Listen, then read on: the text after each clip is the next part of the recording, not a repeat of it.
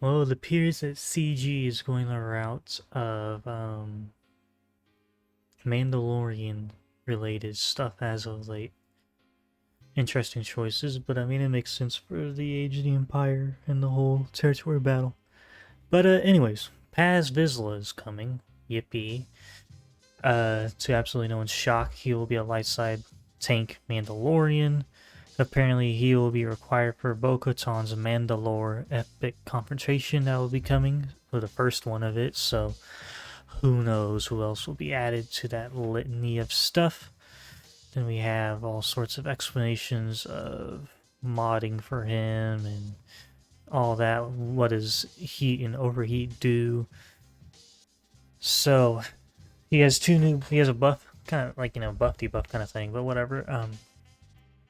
Heat and overheat, and we'll have to get into that once we get down to the unique.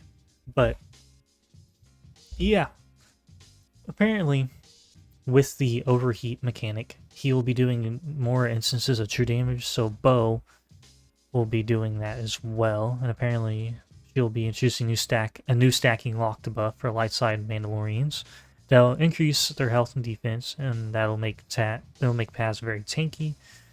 And apparently also once the whole squad is assembled, they'll be able to compete with GLs and grand arenas with Bo's Omnis. And with our Omicrons and an upcoming Datacron fix, Bo will be a powerhouse to be reckoned with. However, it will remain to be seen what it'll take to get Bo-Katan Mand'alor all the way up 7-star. Is she going to be... Because the only two other epic confrontation characters we have in the game are Darth Malak and General Skywalker. Both of those characters require... Oh no, they're both the guild events Mark 1 tokens. So maybe it won't be Mark 3, maybe it'll be Mark 2s, maybe Mark 3s. Who the hell knows? Knowing CG, they'll throw it in Mark 3s because there's a hard cap on them and they don't want people to immediately be able to 7-star Bo-Katan Mandalore once they get the events beaten. But anyways, PAZ is going to be a marquee, go figure. Let's just get into his kit. His basic is Stalwart Bulwark.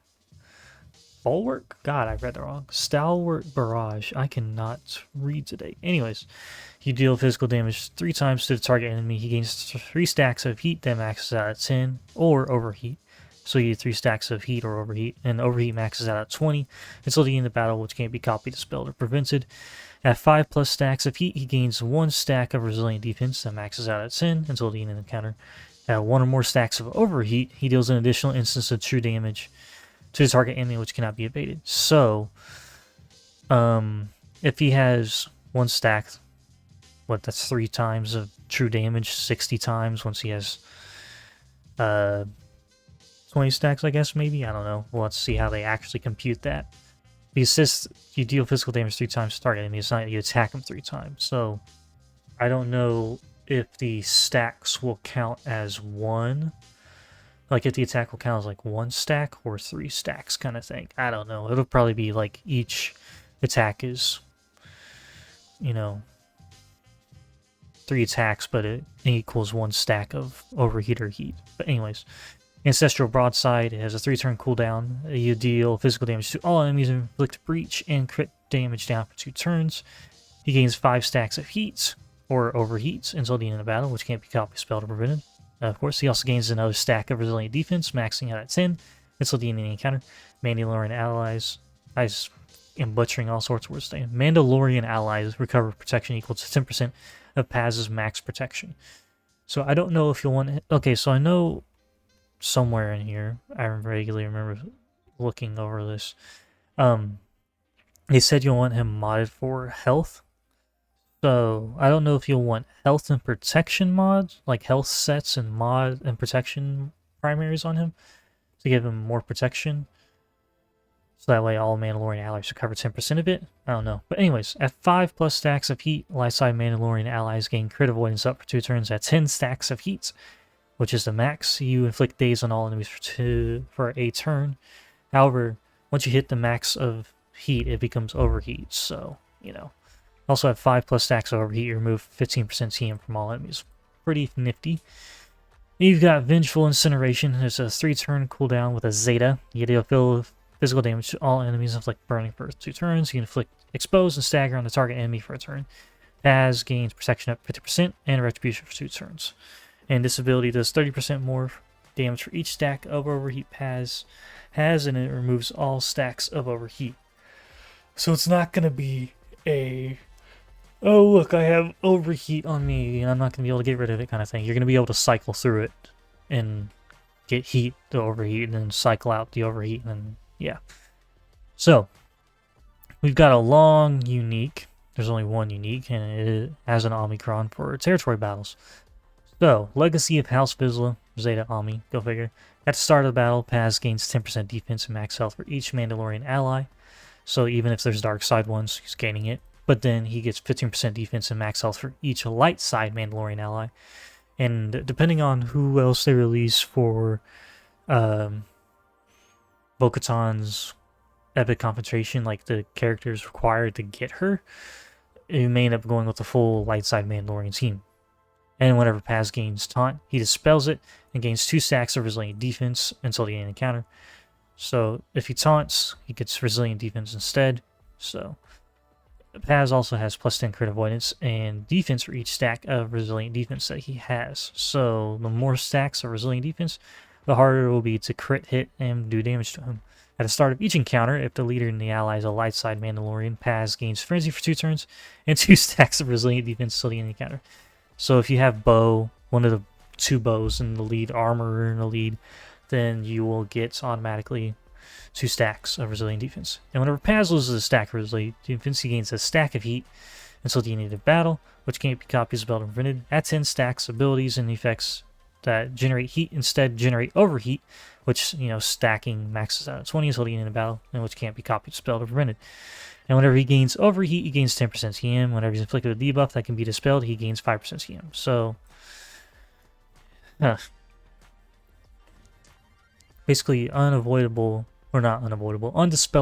debuffs won't help him get TM, but if they can be dispelled, he gets TM. Woohoo.